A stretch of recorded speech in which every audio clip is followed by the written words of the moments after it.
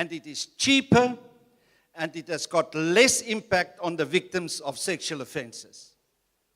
You have got a powerful tool as the Department of Education in your hands to, at the level of children going to school, start the process to prevent the moral decay of our population, as the first thing. And secondly, to introduce children to the dangers as a possible victim of sexual offenses. And thirdly, to make it very clear and to put in place systems that would prevent sexual abuse in our schools. Let me say this. We've got wonderful legislation in this country, more so than any other country that I know of. And this is recognized by the United Nations and many, many other countries. There's enough laws in this country to afford each and every person decent protection. Also, those potential victims of sexual offenses. But those laws are not being applied properly. And I'll start, I've said, with one piece of legislation, and that is the Children's Act, Act 38 of 2005. Firstly, it states that there must be an indaba like this. They call it something else, with intersectoral people and organizations that deals with these matters. And as you can see in my presentation, those people are the Department of Education, Department of Social Development, it is the NPA, it is the police, it is the Department of Health, the prosecutors, and then lastly, the judiciary. Okay? That has never happened in the Eastern Cape. There's not a monthly meeting where these role players are represented and talk about incidents of child protection, sexual violence and abuse in schools and anywhere else. If it's not happening, what will happen? Sexual abusers will go free and they will repeat and repeat and repeat. And talking about repeat, we notice that the sexual abuser has got a propensity of being a serial sexual abuser or harasser. What do I mean? He do it in this school. The school catch him out sometimes, fire him. Next month he get a job in Limpopo. He's doing it there again. Next month he's caught out. He's fired. Where does he go? He goes to Mpumalanga. He's doing it again. Why? Because we are non-compliant as a Department of Education with the provisions of the Children's Act. That's why. How are we non-compliant? I'm explaining. Firstly, Section 126, 1A, the Children's Act, it's in the presentation. It states that prior to the appointment of any person that's going to work with children, the Form 30 must be completed and sent off to DSD. To do what? To establish if the person that you now wish to appoint as a teacher, his name is appearing in the Child Protection Register. It's not happening. It's not happening. I'm asking the question. There's another provision in the Act. I've quoted it here. I don't have time to page to and fro my presentation. That indicates that the person that applies for a job where he's going to work with children is compelled to tell you if his name appears in the Child Protection Register. Do we ask them even? No. Can I talk about the consequences? Let me go to another provision in the same Act quoted in my presentation. It states that even if you make a finding of child abuse in one of your disciplinary procedures, you've got a duty to fill in Form 29 and to report it to the Director, National Child Protection. Do we do it? Is there anyone here that can honestly put up your hand and say, in the Eastern Cape, we're doing it? We're not doing it. Okay. So, how do we expect to protect our children, to curb sexual harassment, and to curb the abuse and the rape of children in our schools if we don't comply with the very basics of the Act? Is there an answer? The only answer is we must make sure that we comply. Now you see, if you've been part, as a role player, of the Indaba that Section 5 of the Children's Act speak about, you would have known this as a department. You see where I'm going? Because why? I would have told you. I would have assisted you. I would have helped you.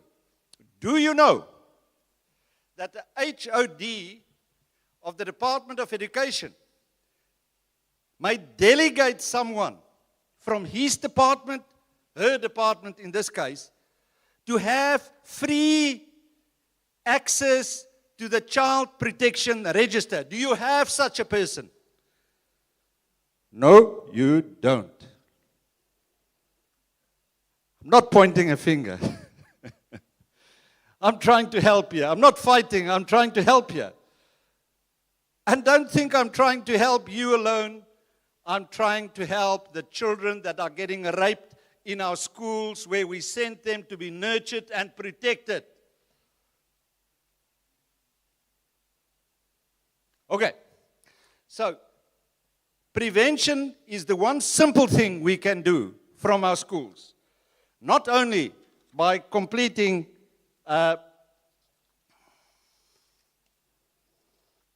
not only by doing the Form 30.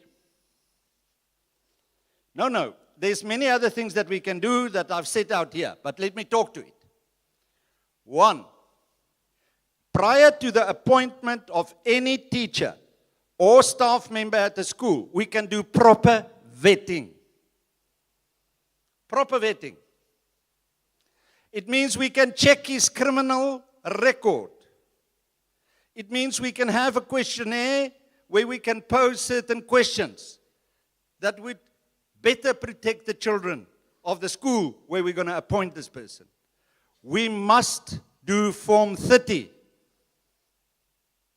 We can do advocacy and many other things. Amongst them, is there a sexual harassment policy in place in the Department of Education? Don't be ashamed. The judiciary, have you seen in the news how many times judges and magistrates has been prosecuted in the past few years for sexual harassment? Have you noticed that? You've seen that. I'm pointing a finger to you. I'm pointing far back. Okay?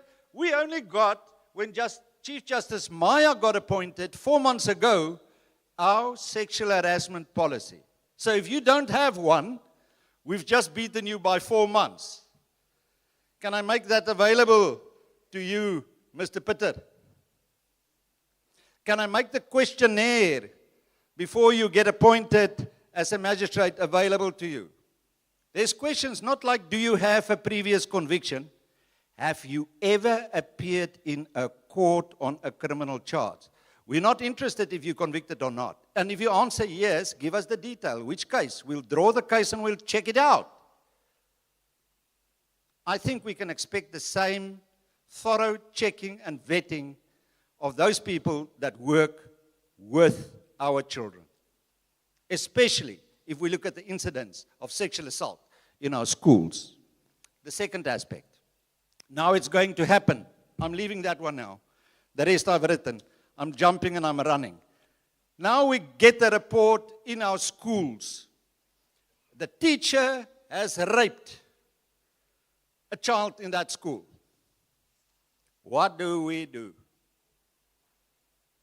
I've got colleagues from the NPA sitting here. What do we do as a department? We make a circus out of it. We jump in our cars. People from head office in the province, psychologists, social workers, teachers, everyone go to that school. Ne? Am I right? Is this what's happening? Yes. What are we effectively doing? We commit two potential offenses: defeating the ends of justice and the contravention of Section 15 of the National Prosecuting Act. We're interfering with a possible prosecution. The offense, the penalty for that is 15 years imprisonment.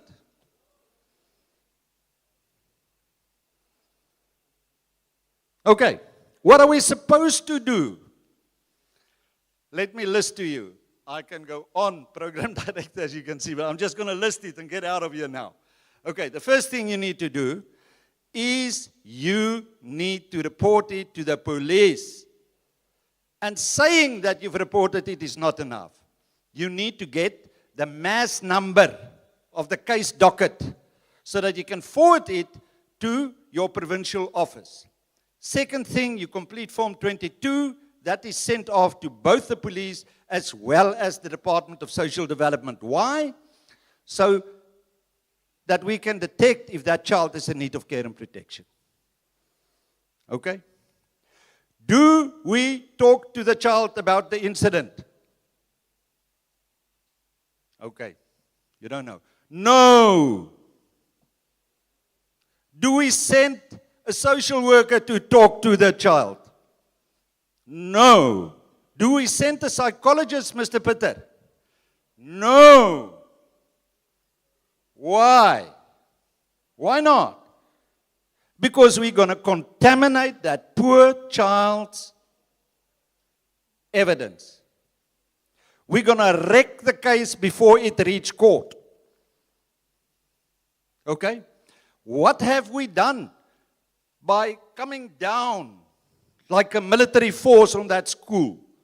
We compromised the identity of that child, and we compromised the privacy of the child, which is unconstitutional. We are not protecting that child. If that child can be identified, the child's going to be victimized, taunted. You see where I'm going? Colleagues, my colleagues from the NPA will tell you that the sexual offences units of the South African Police and the NPA employ professional people, forensic social workers, forensic psychologists who received specialized training from the FBI and all sorts of other institutions on how to deal with these children, how to preserve their evidence, how to prevent the evidence from being contaminated, and preparing them from testifying to testify in court. It's difficult enough to secure a conviction. They do more. So what are you supposed to do? You report to the police, you do Form 22, you get the mass number, okay? And you stay in your lane. What is your lane? Education. Education. Okay? So if a social worker or a psychiatrist is needed, it will only manifest a month or two later if you've observed that child and you notice that the child is now got an educational problem. You follow? And even then, you're not going to consult with that child. You're going to receive the information and you're going to ensure that the child get the additional support that the child needs for educational purposes. Okay? Colleagues, this message, if it's taken to heart, will ensure countless more successful prosecutions in court and the removal and the safeguard of countless children in our schools. This message, if it's communicated, program director, to the HOD and the MEC, will prevent the appointment of sexual predators in our schools in the Eastern Cape.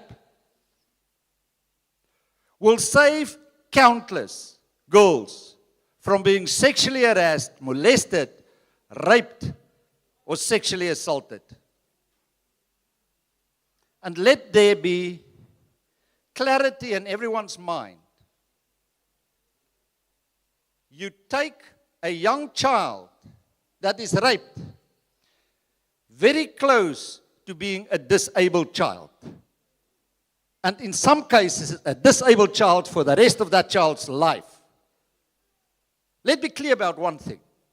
Let me be very clear about one thing.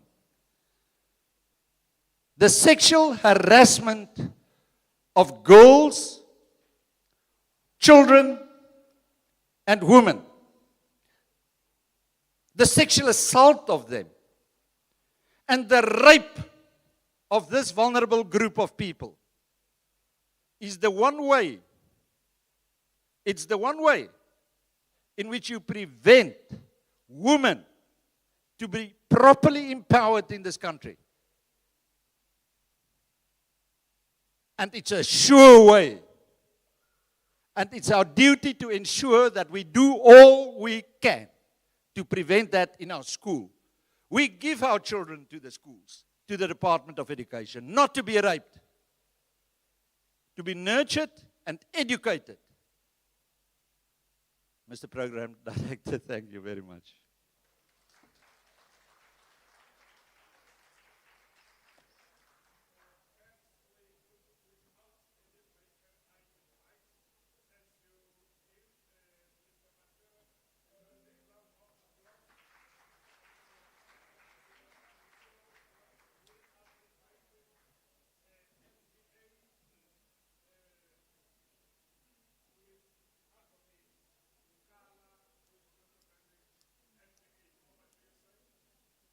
Thank you. Thank you so much.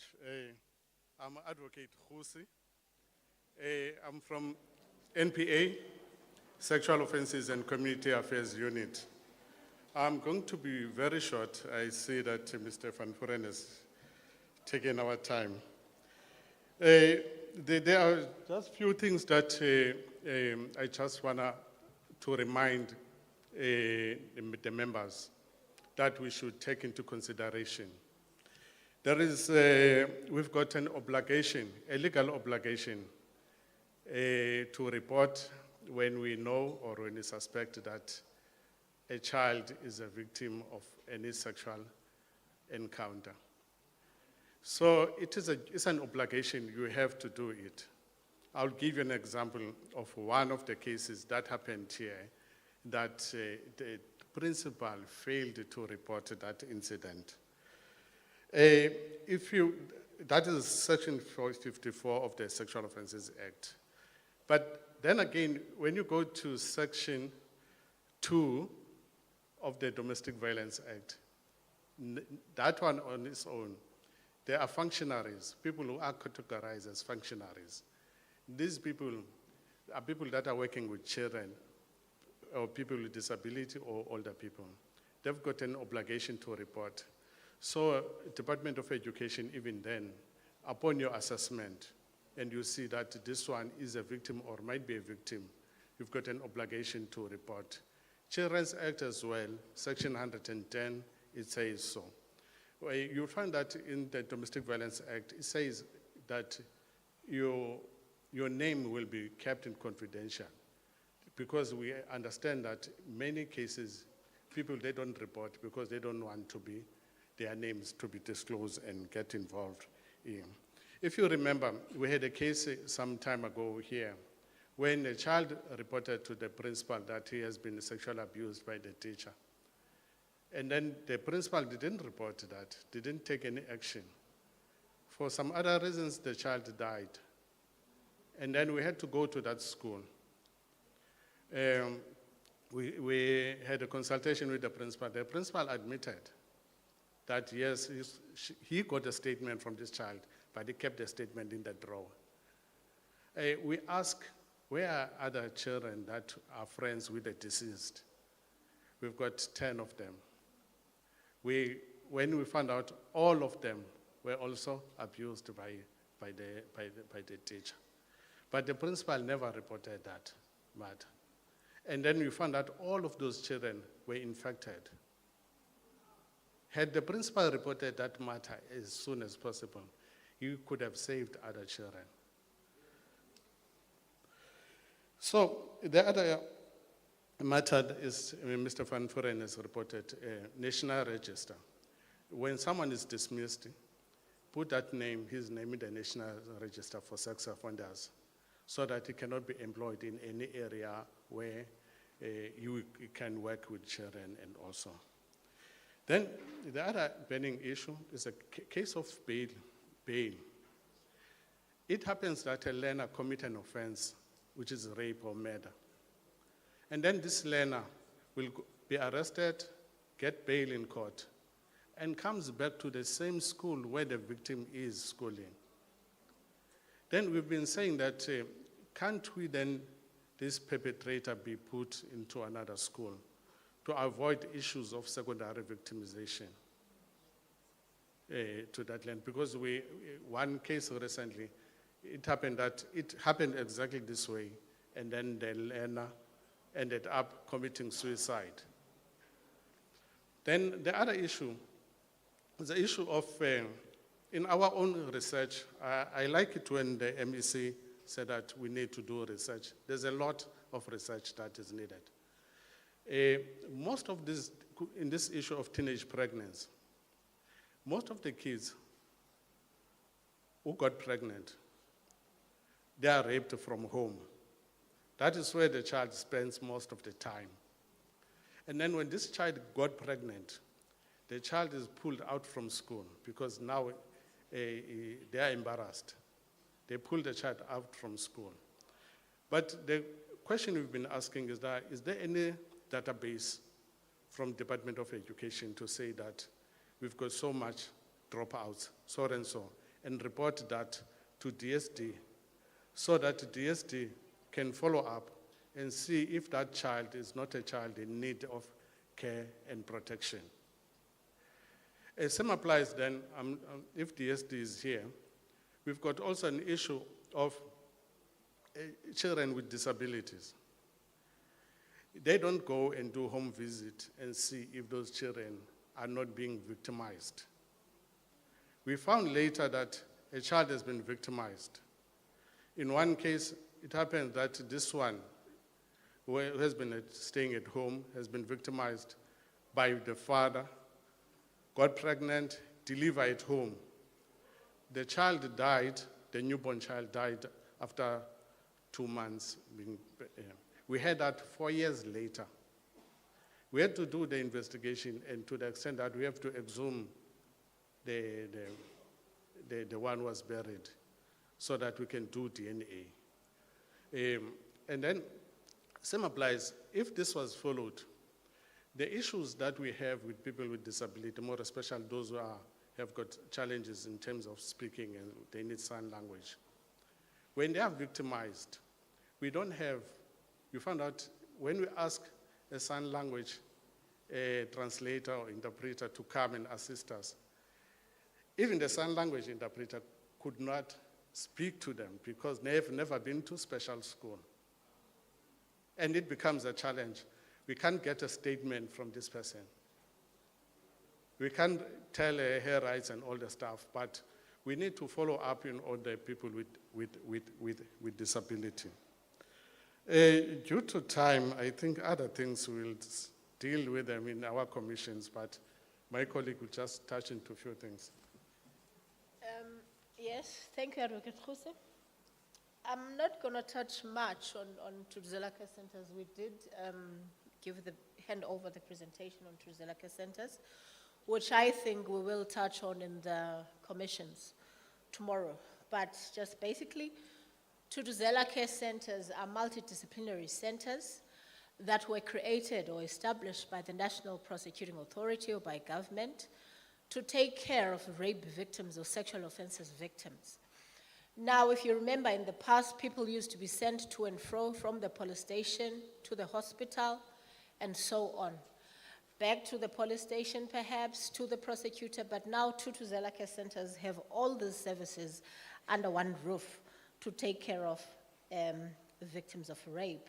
And also, just to summarize, we'd like to say we have these Truzela Care Centers as one-stop centers. In the Eastern Cape, we have 11 of those. We have one in East London. In the Buffalo City, we have 2. In East London, we have one at Cecilia Makiwane Hospital. And at Qongce or King Williamstown, we have one at Grey Hospital. The centers, as I said, they are multidisciplinary. And the people at the center are professionals. That is, you get your doctors, your police officers, you get social workers, you get lay counselors within the center. You get forensic doctors and forensic nurses that are going to examine a victim of GBV or sexual offenses. And these centers are basically the NPA's or South Africa's anti-rape strategy, as well as a tool of ours when it comes to the national strategy on GBV. So what we'd like to emphasize is that educators as well need to utilize Truzela Care Centers. What you will find there is your psychosocial, medical, legal services, all under one roof. All are there to assist victims of gender-based violence. Other things that we would like you to note as educators or as the Department of Education is that when victims come to the center, yes, we try and apply a victim-centered approach. Our method is court-directed and prosecutor-guided. Now, what that means is we try by all means to ensure that victims come to a victim-friendly space. They are able to express themselves in the way that they would like to express themselves. And also, we try by all means to ensure that whatever happens there is court-directed, meaning there's also a TCC state advocate that is going to direct how the case goes. Meaning, if a victim comes and states their story, there must be a police officer that assists them with statement taking. From the statement taking, the TCC case manager also directs that case. For instance, if there are any gaps within that case, then the TCC case manager will see to it that those gaps are actually filled through prosecutor-guided investigations, meaning leading the actual investigation and liaising with the investigative officer. So that when we get to court, these cases are actually cases that are sure to fire. In that way, we try and reduce the case cycle times. I think that is something that we needed to clear, because I think I heard the MEC talking about reducing the cases. No, that is not what we do. We do want cases to come to us, but what we try to do through Truzela Care Centers, is one of our objectives, is to reduce the case cycle times. Meaning, if a case ordinarily, a case of rape or a case of GBV, would take about a year to complete or 2 years to complete, through utilization of Truzela Care Centers, the professionals within there, the DNA evidence and everything that is used within their psychosocial assistance as well, we try by all means to ensure that that case will be had in as little a time as possible. Ordinarily, it's supposed to be 6 to 9 months only. That is ordinarily, meaning when we have all the resources. One other thing that we'd like to point out to Department of Education is that, yes, We do see individuals that are affected by most of the forms of gender-based violence or all forms of gender-based violence like domestic violence, teenage pregnancy, maintenance and trafficking in persons. But what I would like to point out is that at TCCs we find a lot of things when it comes to teenage pregnancy. And I find that this is something that affects most learners at school. Now, you would be so surprised to see that with teenage pregnancy at Truzela care centers and at hospitals, we find that there's a whole lot of criminality that is intertwined with these cases or within these cases. You could find that teenage pregnancy cases reported, only to find that this child has been abused by the father, only to find that this child has been abused by a teacher. This child has been abused by a member of the community, and they were sent to that member by the mother. Why? Because of economic vulnerabilities. So there's a whole lot of things that we're actually unmasking as we are looking at these cases of teenage pregnancies.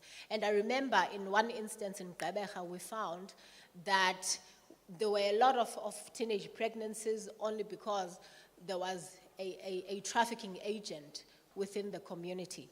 And these children are pregnant because the traffickers also want to use the children as well. They want to exploit these children as well. So there's a whole lot of things that we are unmasking through these cases. And the Department of Education as well needs to be aware of instances of trafficking in persons.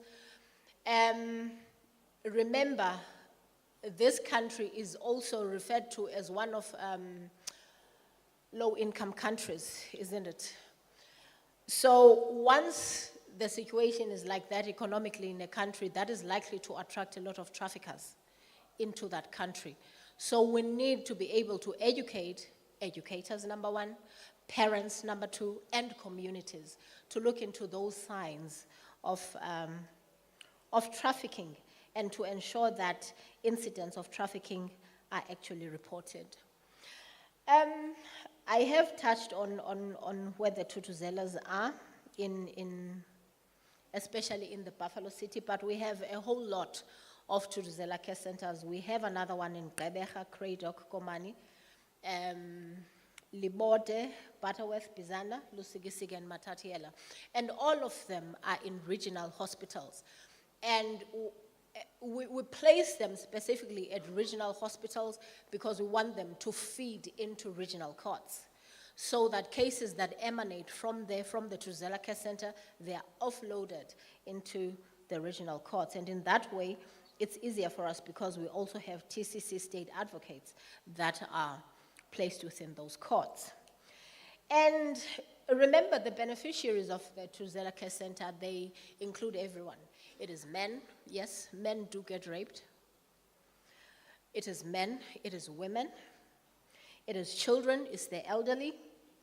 And it is also persons who are mentally or physically disabled or mentally or physically impaired. And it is also the members of the LGBTQIA, that is your lesbian, gay, transgender, bisexual, queer, intersex, and asexual. So the members of all those communities are also welcome at Tutuzela Care Centers. And also, remember, suspected cases of sexual assault may also be referred to TCCs. These can be referred through clinic inquiries, through referrals from psychosocial professionals. You also have that at the Department of Education. Also, DSD has those psychosocial professionals. I am trying to be very fast, but to give you as much information as I can. And also reports from community members who suspect sexual abuse of children, adults, and the elderly or vulnerable persons. We also entertain those reports. Remember, each and everyone has a duty to report. That is according to SORMA legislation, which is sexual offenses legislation, domestic violence legislation, and also the Children's Act.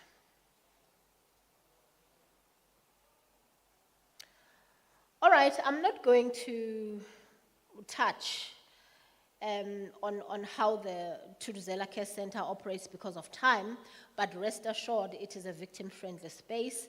We try and stabilize you as much as possible, and then we're able to examine you forensically. And then we can continue with your case and offer you psychosocial care as well as medical legal assistance. Now, this is important for everyone sitting in the room. What is it that survivors should know? We try and tell post the incident of rape. That's very advisable.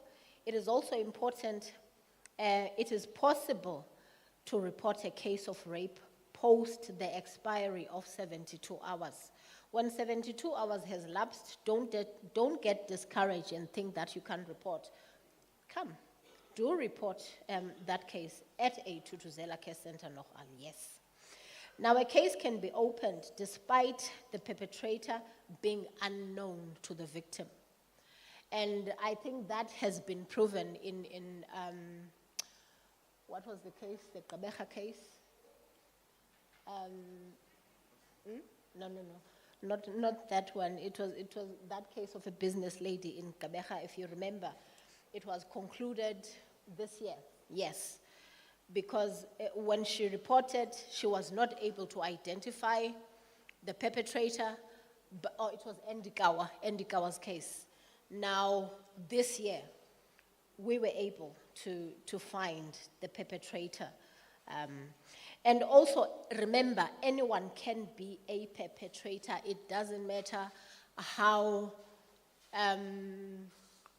I don't know how they look, you know, it doesn't matter how handsome they could look. Remember, anyone can be a perpetrator of rape or a perpetrator of gender-based violence. I usually say, never judge a book by its cover.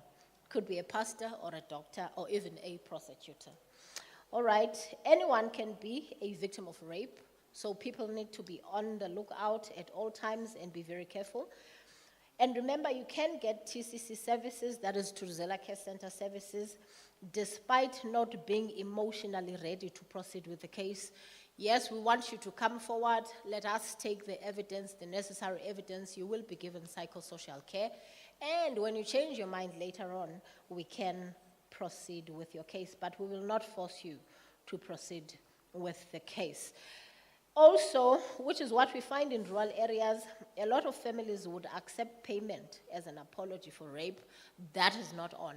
Never accept payment as an apology for rape. Rape is a crime. Rape is a crime. Okay. So whenever you come across rape, please go and report to your nearest police station. We work with police stations as well. Or alternatively, you can come straight to a Tuduzela Care Center. We will assist you there to register a case. Now, we came here because we saw